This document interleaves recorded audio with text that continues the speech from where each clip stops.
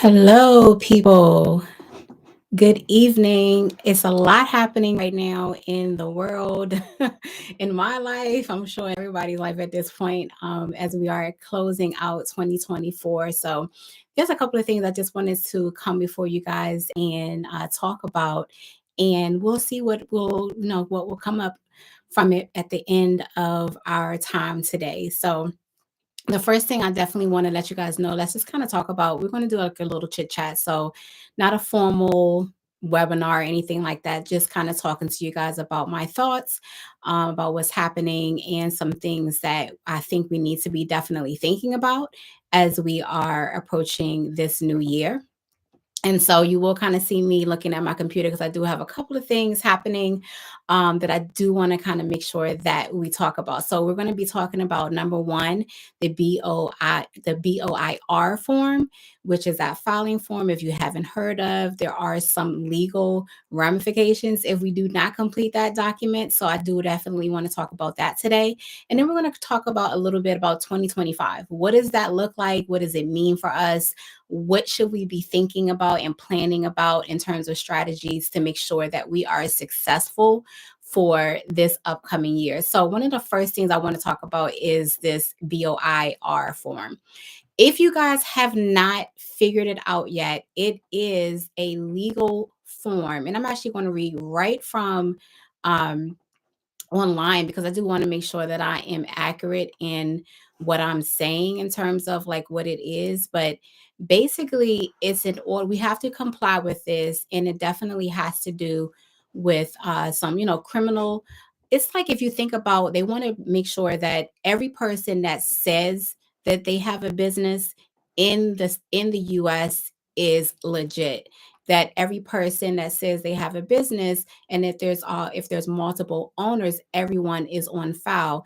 And basically it's to prevent criminal activity.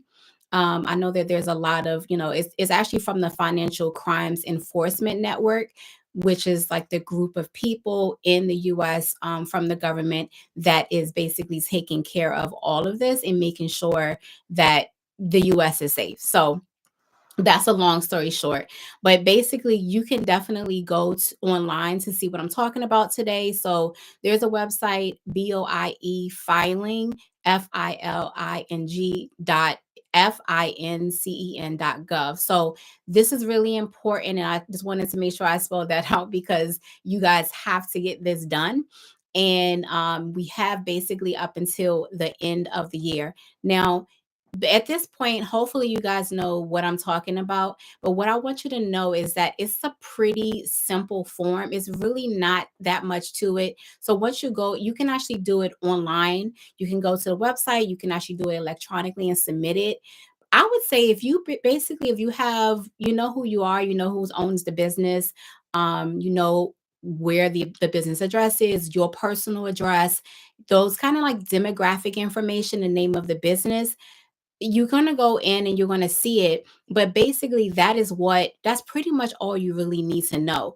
There's a section where they're going to ask you if you want to basically file to have an actual number, or if you want to put in your number, your ID that you already have. So if you've never done this form, which is probably the case for most of us, you're not going to have that ID. So you're just going to go in and kind of follow the steps. I want to say I did it for a couple of my businesses so far. And I would say it probably took me roughly about 5 to 10 minutes. So for the most part, if you have everything, it really should not take you that long. But you do want to go on.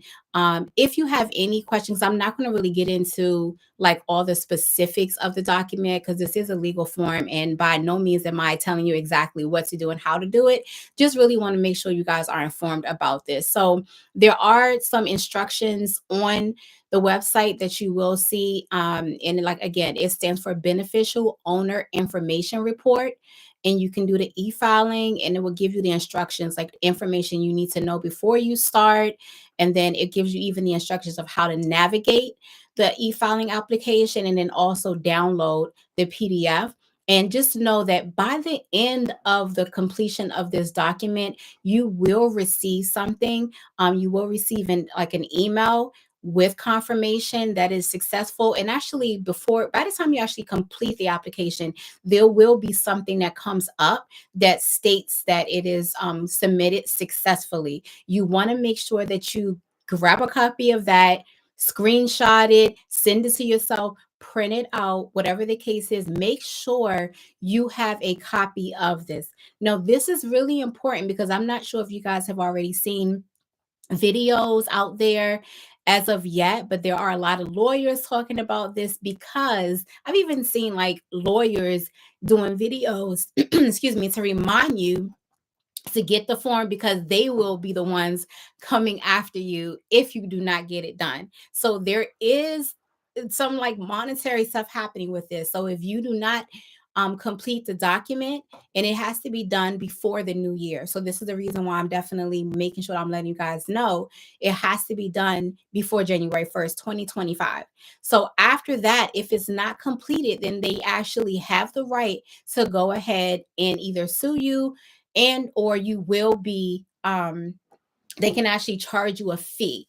And I want to say it's actually per day. I could be wrong, but just know that there is going to be a fee assessed to this if you do not complete it. So I want to make sure that you get that done. So that's super, super important. Again, I'm going to say it's the BOIR form, and you want to make sure you get this done as soon as possible. It's the beneficial owner information report form, and you can do it. Either you can download the PDF and send it out, or you can actually just do it online, which honestly I feel like is the easiest and the quickest way, especially given that it does give you that successful submission email. So, or like the actual document. So you're good to go. Just make sure you keep it with you. And that is really what I wanted to talk about. Good. Again, I'm not going to go into all the details of this document. I do feel like that should probably should come more so from like your CPA or your lawyer or something like that. But I do want to just let you guys know that this is something you need to get done, right? Okay, good. So just in case you guys do not know who I am Keisha Sando, and I am a mental health counselor licensed in about 4 states at this point. So in terms of my acronyms is LMAC, OPC in one state, OCPC in another state.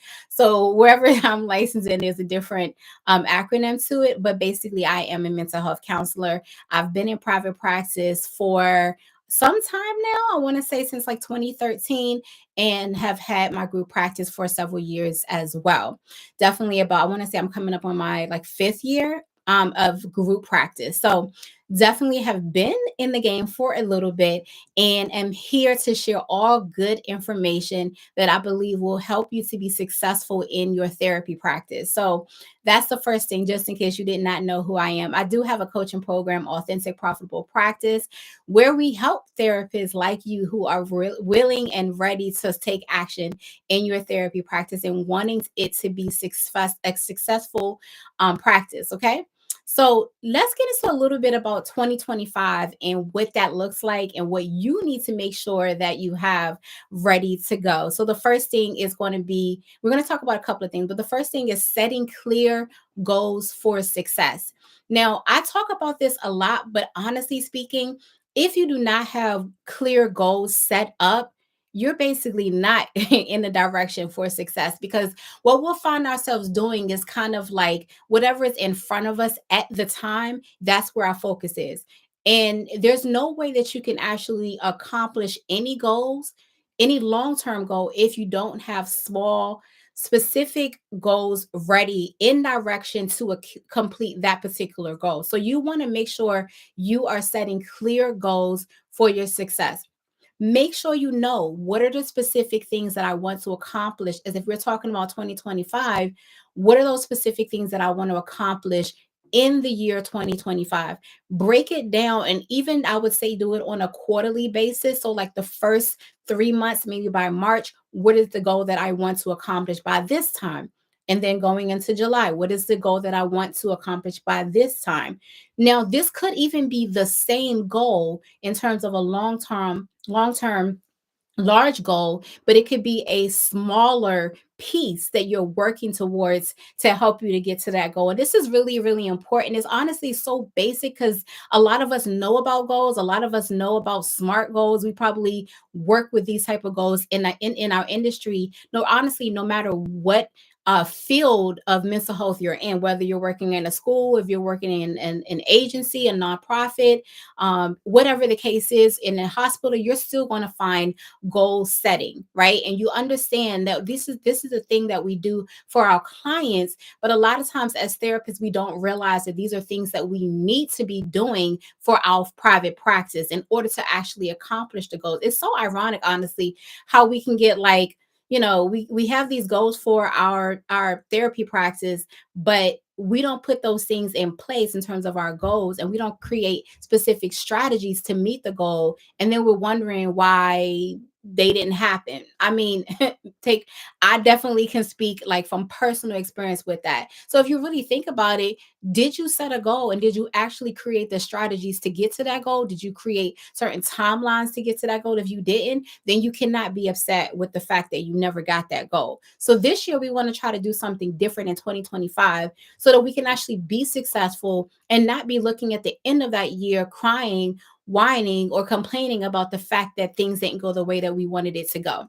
Right. So keep clear goals for success. All right. So the next thing we want to look at is finding support and connection. Now, so I'm really, really big on this because at the end of the day, a lot of times, especially us in private practice, we feel like we are all by ourselves. I remember even before starting private practice, somebody had been in the field for way, way longer at that time.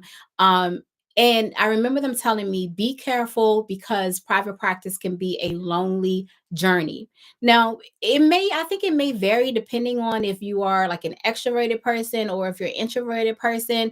Introverted person, you may not really feel like that much because honestly, I'm very, very introverted, and I really haven't felt like that too much. But I do feel like even as an introvert, it's still important for me to be able to connect with other people and to know what's going on in the field, what's going on in my industry, what are the changes, just to know and to be aware and also to be encouraged as well. So that's part of the reason why I started my therapist in action. Is we call it like a club, but basically it's therapist in action. It's a community of therapists coming together that are ready and willing to take action in their therapy practice. What I like about this group is that we're not doing it all by ourselves. We are taking action, but we're doing it together. We're motivating each other, making sure that we're not making excuses for the things that we're not doing. If we are unaware or unsure or not even confident about the moves that we need to make, guess what? That's what the group is there for, in order for us to be able to build ourselves up so we can go out and do this thing that we know that we're already called to do. Sometimes there may be an issue of a lack of information or knowledge, or you just need certain strategies or guidance. This is what we do in Therapists in Action, along with like the training videos and group coaching and all in between. So it's really a great group of people, and this is where I would say, just kind of like as a plug, where you can find some support and connection to people, especially going into this next year. Don't go into this next year doing it all by yourself. All right. Now, let's talk about number 3, which is practicing self care and managing stress. I'm going to say it again: practicing self care and managing stress. This, I don't have to tell you guys, as therapists, is super, super important, but it is the very thing that oftentimes cause us to be overwhelmed, burned out, overworked in our therapy practice. And even if you're not in a therapy practice and you're working at an agency or organization, most likely you're probably dealing with some of this stuff. Why? Because even us as therapists do not often use what we already know. We do not do the things that we know that we need to do. And so I'm here to remind you, as just like a little gentle nudge, that you have to take care of you. while you're taking care of everybody else, while you're managing your client caseload, while you're doing those notes, while you're taking care of the kids at home, while you are taking care of the hubby or your partner, just know that you also need to be taking care of you in the meantime. I'm a big believer about this, and especially as we're talking about setting up our goals and setting up specific strategies along the way. I'm going to ask you this question: what is it that you have set up for 2025 to ensure that you will not get burned out? To ensure that you are maintaining your stress level, to ensure that you are taking care of your own health, your own hygiene, your own mental health. So make sure that this is happening for you. And this could be things like getting massages, going to the movies, having a me day. It could be things like spending time with some friends, going on a walk. Some of the same things that we pretty much talk to our therapists about and have to remind them. I'm doing this for you. Make sure you're incorporating a daily routine. That's something that I actually do for myself that I feel like actually helps me to kind of get into a flow, especially before seeing my clients or doing my paperwork, and helping me to stay balanced mentally. So you got to set up a routine. I would encourage you, if you don't have a regular routine, get into one. Now, the time frame that you have, that's really up to you. I can't really tell you what to do in terms of that, but it could look like things like, okay, you wake up, you have breakfast, maybe you spend some time meditating, maybe you spend some time in prayer, maybe you spend some time working out, reading a book. Whatever the case is, make sure there is time for you. Now, there are some people that kind of like to do that on the other end of the day in the evening. And if that's you, that's fine. I just want to make sure that you actually are taking out that time to incorporate things for yourself, and so that you can really start off and take action in your business and know that you could do this very, very stress free. So, I don't want to take too much of your time today. I just wanted to kind of, again, let you guys know about the BOIR form and really talk about some tips that can help you going into 2025 to be stabilized, to be stress free, to really ensure that you are successful in 2025. Now, I do have a VIP 2025 planning session coming up, but it is inside of the group program Therapists in Action. So right now, I'm actually offering the prices that we have right now are definitely affordable prices, but they're not going to remain those prices. And I'm saying prices because we do have different levels, that also some of which may include individual coaching sessions and also coaching packages. If anyone is interested, I would definitely let you know that you need to take me up on this, because we got to work together to get this done. And if this year is not about excuses. My word for this year in 2025 is thrive. That is a word that came to me probably about a couple of weeks ago, I would say. And ever since that word came to me, it's been confirmed in so many different ways. And it's this year, 2025. There's a lot of things coming.